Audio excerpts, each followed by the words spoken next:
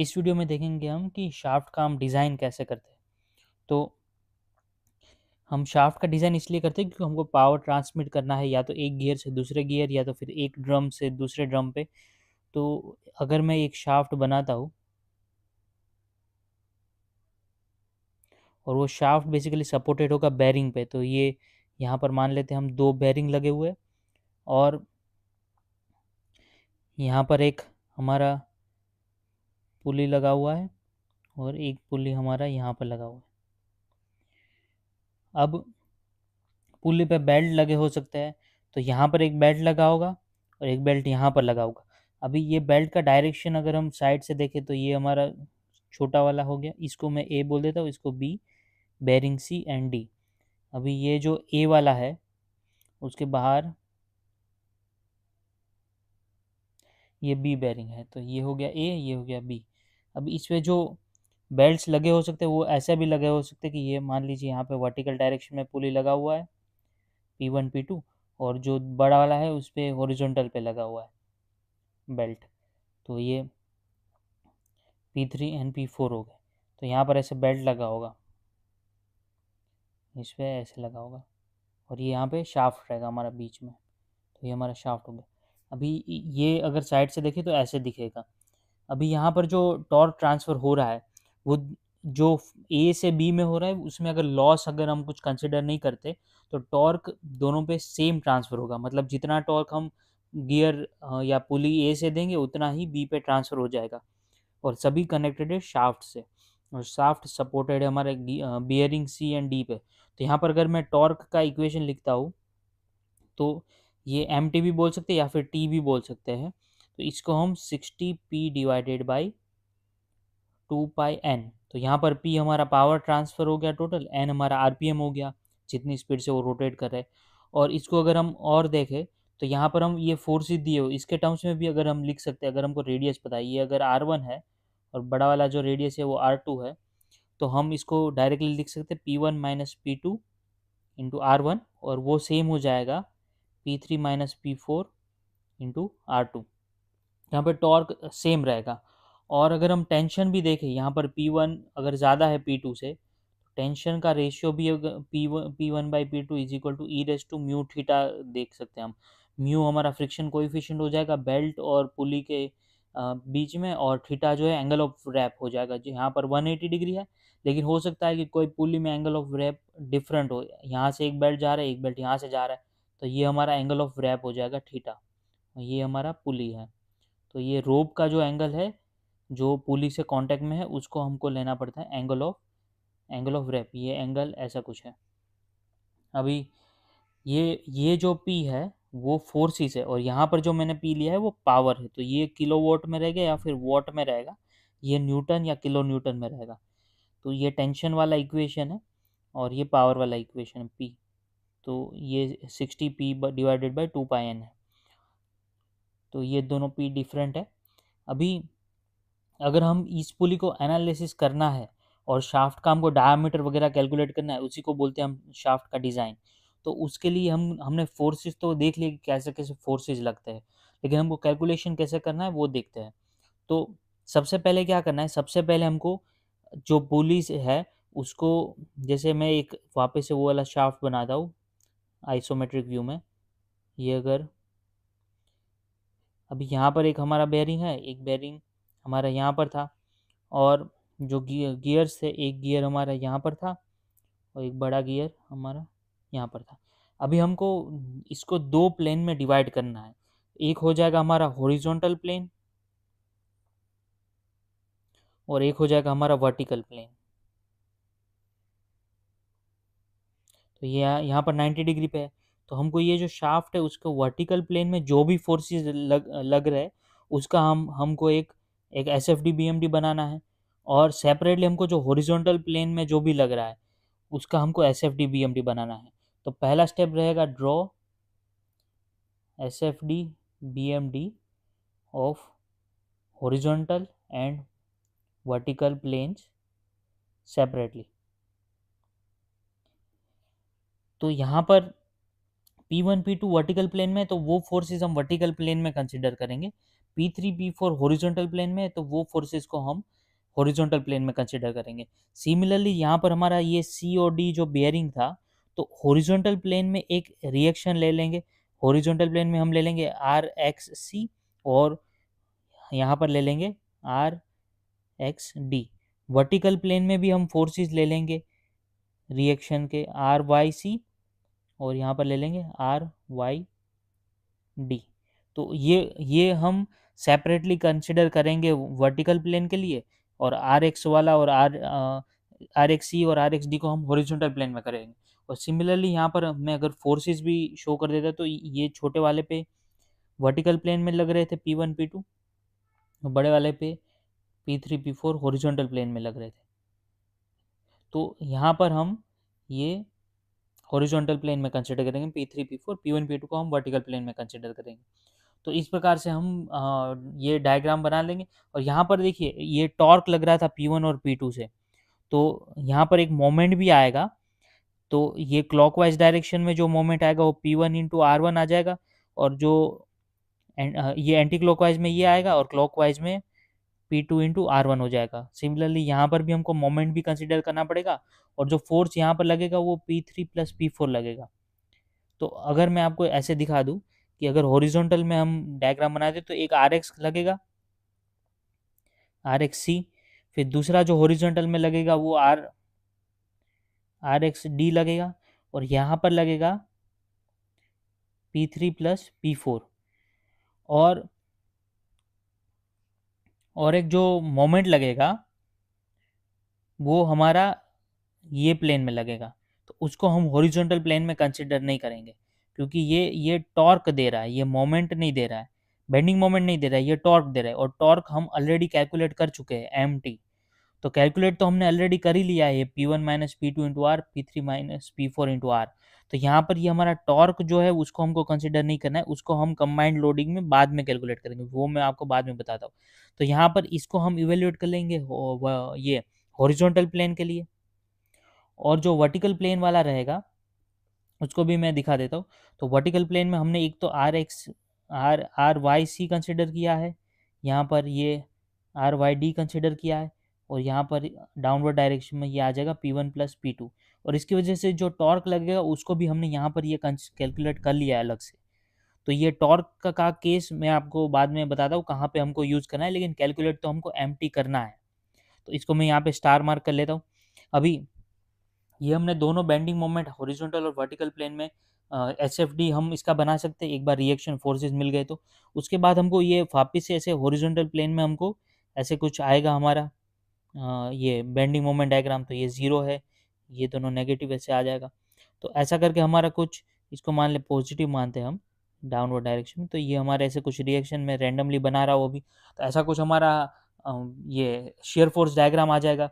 Similarly यहाँ पर अगर वर्टिकल प्लेन में हम देखें तो हमारा ऐसा कुछ आ जाएगा। तो ऐसा हमारा ये वर्टिकल प्लेन में आ गया, ये वर्टिकल प्लेन है और ये हॉरिजॉन्टल प्लेन है।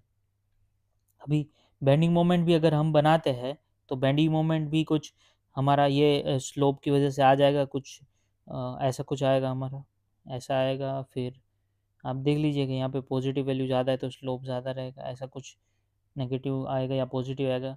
तो जस्ट मैं यहाँ पे रैंडमली बना रहा हूँ, हो सकता है ये गलत हो।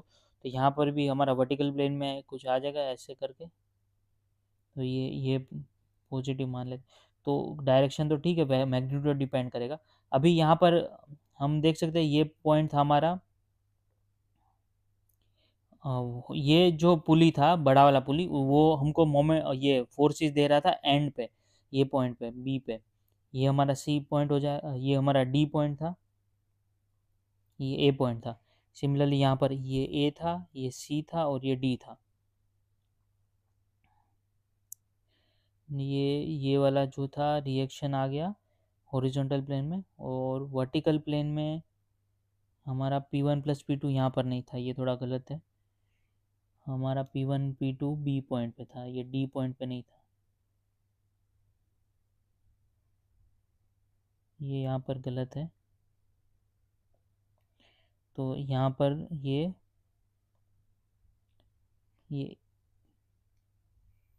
सी था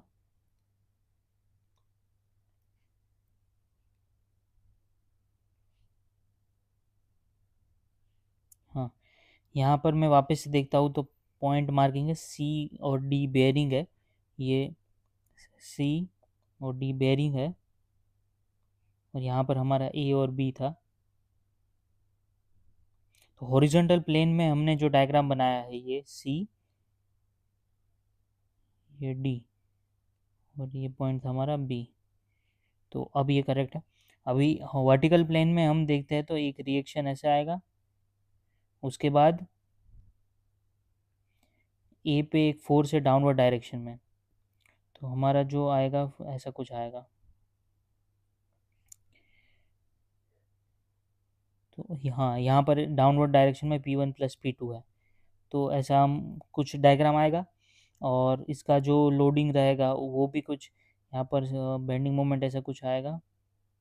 ये ए पॉइंट है वो यहाँ पर है, ये वाला पॉइंट, तो ऐसा कुछ आएगा हमारा बेंडिंग मोमेंट आएगा।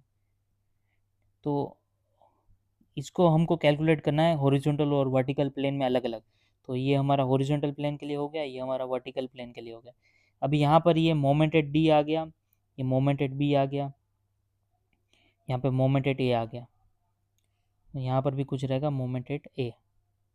अभी हमारे जो सारे पीक्स पॉइंट है, तो हमको बेसिकली क्या कैलकुलेट करना है, moment at C, moment at C तो कुछ भी नहीं रहेगा क्योंकि दोनों में ज़ीरो है, और moment at A, moment at B, moment at C. तो ये हमको हॉरिजॉन्टल और वर्टिकल के लिए अलग अलग करना है। तो मोमेंट एट हॉरिजॉन्टल जो है ए पे, उसका स्क्वायर, और मोमेंट वर्टिकल जो है ए पे, उसका स्क्वायर करना है। ऐसे करके तीनों वैल्यू हमको फाइंड करने हैं, हॉरिजॉन्टल बी पे जितना है, मोमेंट वर्टिकल बी पे जितना है, ये तीनों हमको मैग्नीट्यूड फाइंड कर लेने हैं। हॉरिजॉन्टल सी पे नहीं रहेगा, ये डी पे रहेगा,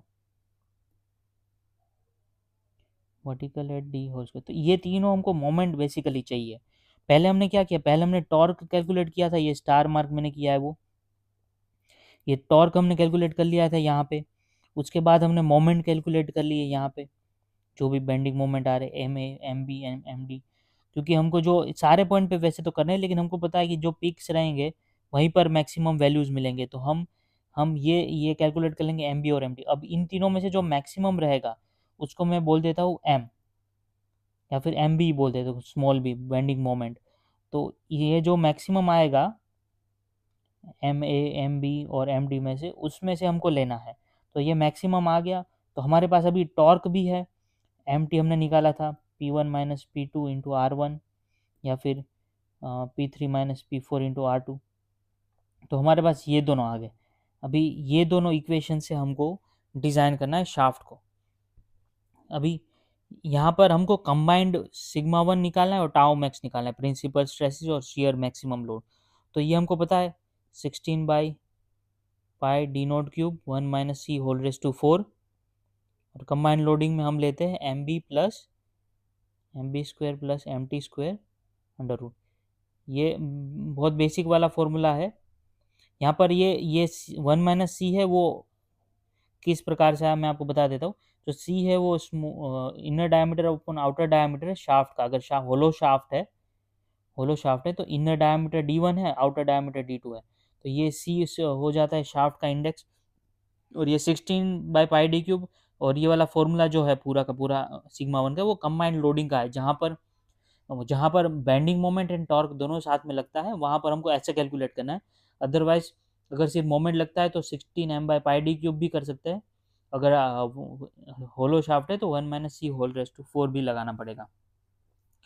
तो ये जो पोलर मोमेंट ऑफ इनर्शिया हमारा है, उसी को हम डिफाइन करते हैं। ये होता है हमारा pi by 32 pi divide by 32 D naught raise to 4 minus D I raise to 4 रहता है। लेकिन हम जब डी नोट रेस टू 4 को बाहर निकालते हैं, डी नोट रेस टू 4 को, तो 1 माइनस सी रेस टू 4 आ जाता है। तो यहाँ से ये आता है पूरा, देख लीजिएगा, कोई अलग से कंसेप्ट है तो यहाँ पे मैंने शॉर्ट में बता दी। तो ये कंबाइंड लोडिंग वाला फॉर्मूला हमने सिग्मा 1 और टाउ मैक्सिमम फाइंड कर लेंगे। टाउ मैक्सिमम जो है वो 16 pi D naught cube 1 minus C raise to 4, और इसमें कंबाइंड लोडिंग का जो टॉर्क लगता है वो M B square plus M T square. तो ये टॉर्क और बेंडिंग मोमेंट से आ गया, ये हमारा फर्स्ट था, ये सेकंड था। इन दोनों वैल्यूज़ को हम इक्वेशन में पुट करके ये हमारे दोनों इक्वेशन निकाल लेंगे। अभी दोनों सिग्मा 1 और टाउ मैक्सिमम आ गया। वो सिग्मा वन जो है वो हमारा अलाउेबल लोड से कम होना चाहिए, और टाउ मैक्स है जो शेयर अलाउेबल लोड है उससे कम होना चाहिए। तो ये अलाउेबल लोड से कम होना चाहिए, और अलाउेबल हमको क्वेश्चन में एस वाई टी दिया रहेगा, वहाँ से निकाल लेंगे फैक्टर ऑफ सेफ्टी से डिवाइड करके, और यहाँ पर ये S Y T divided by 2 factor of safety ले लेंगे, या फिर S Y S divided by factor of safety ले लेंगे। ये येल्ड स्ट्रेंथ इन टेंशन है, और ये येल्ड स्ट्रेंथ इन शेयर है। तो जो भी दिया रहेगा उस हिसाब से हम निकाल लेंगे, और ये हो जाएगा हमारा ट्रेस्कास थियरी से डिवाइड बाई टू ले रहे हैं, इसलिए ट्रेस्का से हो जाएगा। अगर डिवाइड बाई रूट 3 या कुछ और फैक्टर लगा रहे तो वन माइसिस वगैरह से ले लेंगे, मोस्टली तो ट्रेस्का से ही हम लेते हैं। तो अगर क्वेश्चन में एस वाई टी दिया है तो डायरेक्टली डिवाइड बाई 2 लेके हम ट्रेस्का थियरी को डिफॉल्ट मानेंगे। तो हमने sigma one and tau max find करके उसको अलाउबल लिमिट से कंपेयर कर लिया, और उससे पहले मैंने आपको बताया कि एम बी कैसे कैलकुलेट करते हैं और एम टी कैसे कैलकुलेट करते हैं। अभी देखते हैं कि कुछ कुछ हम रैंडम अगर शाफ्ट दिया है, अगर हमको फोर्सेस या ऐसा कुछ दिया या गियर दिया हुआ है, जैसे ये एक मैं शाफ्ट बनाता हूँ, यहाँ पर शाफ्ट है, और ये शाफ्ट में हमारे पास यहाँ पर ये एंड पे जो पुली है वो थ्रस्ट बेरिंग वाला है, मतलब कुछ टेपर्ड पुली है यहाँ पर।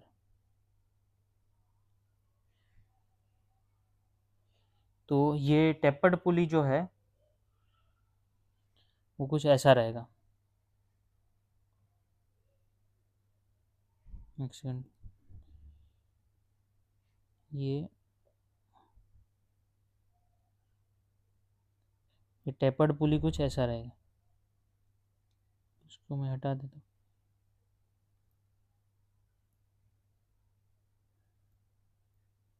तो ये टेपर्ड पुली है ऐसे, और इसका थिकनेस भी यहाँ पर कुछ रहेगा ऐसे। ठीक है, आप समझ जाइए कि ये ऐसे कोन शेप में है, ऐसे कोन शेप है, और ये ऐसे है। तो यहाँ पर छोटा डायमीटर, यहाँ पर बड़ा डायमीटर, और बीच में यहाँ पर कोई सिंपल गियर है, स्पर गियर, उसके तीत है। ठीक है, अभी एक बेरिंग हमारा यहाँ हो जाएगा ए पे, और दूसरा बेरिंग हम मान लेते हैं यहाँ पे सी पे है, तो शाफ्ट को सपोर्ट करने के लिए। अभी कुछ फोर्सेस मैं बना देता हूँ कि एक फोर्स मान लीजिए यहाँ पे ऐसा लग रहा है, तो ये एफ हॉरिजॉन्टल हो गया रेडियल डायरेक्शन में।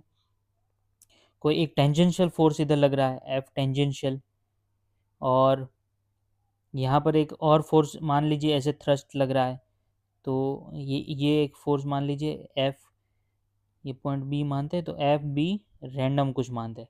ठीक है, अभी ये जो यहाँ पर एक मैं फोर्स मान लेता हूँ डाउनवर्ड डायरेक्शन में, वर्टिकल फोर्स, फिर यहाँ पर एक टेंजेंशियल फोर्स लग रहा है, और ये शाफ्ट के डायरेक्शन में भी एक मान लेते हैं एफ, ये डी पॉइंट है तो एफ डी रैंडम मान लेते हैं। तो ये फोर्सेस लग रहे हैं। अभी इसका एनालिसिस हमको कैसे करना है, तो मोमेंट और शाफ्ट हमको पहले तो बेंडिंग मोमेंट और बनाना है डायग्राम, बेंडिंग मोमेंट डायग्राम बनाना है। तो मैं बताता हूँ कि कैसे कैसे आप कंसीडर करेंगे। तो हॉरिजॉन्टल प्लेन के लिए अगर हम बात करें तो पहले तो ये आ जाएगा, यहाँ पर एक रिएक्शन आ जाएगा, सी पे एक रिएक्शन आ जाएगा, और ये एफ टी फोर्स है वो भी आ जाएगा, लेकिन हमको इसको यहाँ पर शिफ्ट करना पड़ेगा ये पॉइंट पे। ठीक है, अभी अभी वर्टिकल प्लेन जो है, हॉरिजॉन्टल प्लेन में मैंने आपको बताया एक ये रिएक्शन आएगा, हॉरिजॉन्टल है, और ये जो है उसको हम यहाँ पर शिफ्ट करेंगे तो एक्चुअली एक लोड आएगा, उस शिफ्ट करेंगे तो एक मोमेंट भी आएगा ये हॉरिजॉन्टल प्लेन में ऐसे, शाफ्ट का जो गियर रहेगा उसकी वजह से। तो वो भी हमको हॉरिजॉन्टल प्लेन में मोमेंट बी पॉइंट पे कंसिडर करना पड़ेगा। तो ये वाला फोर्स की वजह से मोमेंट आएगा, वो भी हमको कंसिडर करना पड़ेगा। ठीक है, एक्चुअल लोड को हमको कैलकुलेट नहीं करना है, लेकिन इसकी वजह से जो मोमेंट आएगा, क्योंकि यहाँ पर डिस्टेंस है और ये गियर का कुछ डाया है, और रेडियस जो भी रहेगा ये गियर पे आर बी पॉइंट पे, तो उसकी वजह से F B R into R at B, तो ये मोमेंट जो आएगा उसको भी हमको कंसिडर करना पड़ेगा बी पॉइंट पे। उसके अलावा हॉरिजॉन्टल प्लेन में कोई और रिएक्शन नहीं आएगा। और फिर अब वर्टिकल प्लेन का हम देखते हैं। तो वर्टिकल प्लेन में हम देखते हैं तो सबसे पहले तो यहाँ पर एक रिएक्शन आएगा, एफ टी फोर्स आ जाएगा, और एफ टी फोर्स जो है वो हमको वर्टिकल प्लेन में कंसिडर करना पड़ेगा। फिर ये वाला तो हॉरिजॉन्टल में था, फिर हमारा ये एफ वी वर्टिकल में आ जाएगा जो कि सेंटर से ही पास हो रहा है। उसके बाद दूसरा तो कोई वर्टिकल में है नहीं। हाँ, ये एफ डी जो है एफ डी आर, उसकी वजह से जो मोमेंट आएगा ये डायरेक्शन में ऐसे वर्टिकली, वो हमको कंसिडर करना पड़ेगा F D R into radius at D point. तो ये हमको एक कंसिडर करना पड़ेगा वर्टिकल प्लेन में, तो वो एक मोमेंट आ जाएगा। तो ये हॉरिजॉन्टल और वर्टिकल प्लेन के लिए मैंने आपको बता दिया। अभी मोमेंट हम कैलकुलेट कर लेंगे बेंडिंग मोमेंट डायग्राम। अब मैं बताता हूँ कि टॉर्क कौन कौन से लगेंगे।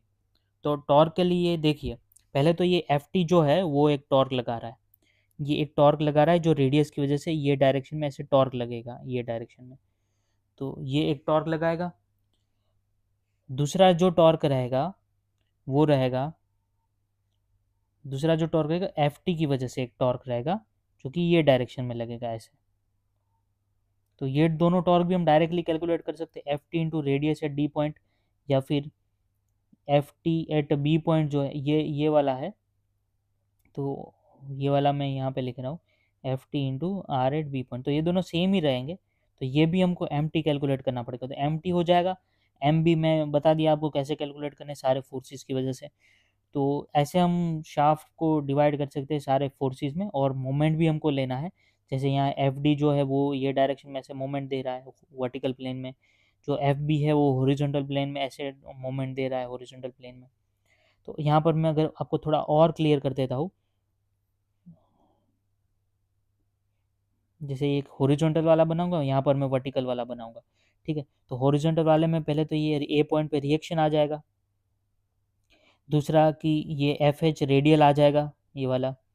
उसके बाद हॉरिजॉन्टल प्लेन में एक मोमेंट आ जाएगा F R B into R. ठीक है, उसके बाद रिएक्शन एट सी पॉइंट पे आ जाएगा ये वाला, यहाँ पे रिएक्शन लेना पड़ेगा बेयरिंग का। फिर ये एफ टी फोर्स है वो आ जाएगा, और ये वाला तो रेडियल एक्शियल ही है तो वो नहीं लेना है।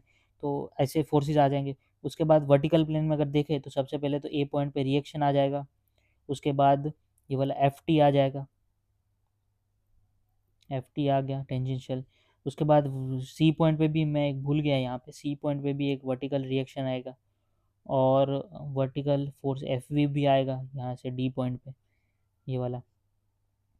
और साथ में एफ डी आर जो है वो ऐसे वर्टिकल प्लेन में मोमेंट भी दे रहा है ये रेडियस की वजह से यहाँ पे। तो ये ऐसे हम फिर बेंडिंग मोमेंट डायग्राम इसको बना लेंगे। ये वाला जो है सारे फोर्स हॉरिजॉन्टल में है, ये वाले सारे वर्टिकल प्लेन में है, ये हॉरिजॉन्टल में है, ये वर्टिकल में। तो ऐसा करके हम एम बी फाइन, फिर सबको हमको पता है एम बी एम ए और एम डी सभी लेना है, उसका मैक्सिमम पॉइंट निकालना है जैसे हमने प्रीवियस एग्जाम्पल में निकाला था। तो ऐसा करके हम शाफ्ट के डायमेंशंस फाइंड कर सकते हैं, क्योंकि यहाँ पर देखिए आप, ये जब हम सिग्मा बी कैलकुलेट करेंगे तो यहाँ पे डायमीटर हम टाउ मैक्स और सिग्मा वन से आ जाएगा। इसके अलावा एक और क्राइटेरिया रहता है रिजिडिटी क्राइटेरिया। जैसे रिजिडिटी क्राइटेरिया ये होता है कि थीटा जो अलाउबल अगर दिया है, तो थीटा हमारा जो आता है ना एम टी एल बाई जे जी, जे हमको पता है पोलर मोमेंट ऑफ इनर्शिया, मैंने आपको अभी बताया था। जी है मॉड्यूलस ऑफ रिजिडिटी है, मोमेंट टॉर्क जो आ गया एम टी, और लेंथ शाफ्ट का लेंथ आ गया। और थीटा अगर हमको दिया है, इसको रेडियन में लेना है, अगर डिग्री में अगर आप ले रहे हैं तो इसको मल्टीप्लाई बाय पाई बाय 180 करना है, और एम टी एल बाई जे जी करना है। ठीक है, अभी ये क्राइटेरिया अगर दिया है तो ये लेस देन अलाउबल जो थीटा है जो दिया रहेगा, अगर थीटा अलाउबल दिया है तो ये इससे भी कम होना चाहिए। तो ऐसे यहाँ पर पोलर मोमेंट ऑफ इनर्शिया में डायमेंशंस है, तो वो डायमेंशन हम कैलकुलेट कर सकते हैं ये फॉर्मूला से। ठीक है, तो ये दूसरा क्राइटेरिया रहता है। तो पहला वाला था वो स्ट्रेंथ क्राइटेरिया था, दूसरा वाला रिजिडिटी क्राइटेरिया, तो दोनों क्राइटेरिया में शाफ्ट को क्वालिफाई करना पड़ेगा। तो ये कुछ बेसिक कंसेप्ट थे शाफ्ट का कैसे डिज़ाइनिंग होता है। हो सकता है कि एक आध न्यूमेरिकल इस पे आ जाए, और दूसरे एग्जाम के लिए या फिर इंटरव्यू के लिए बहुत इंपॉर्टेंट टॉपिक है। So thank you for watching this video and see you in the next video.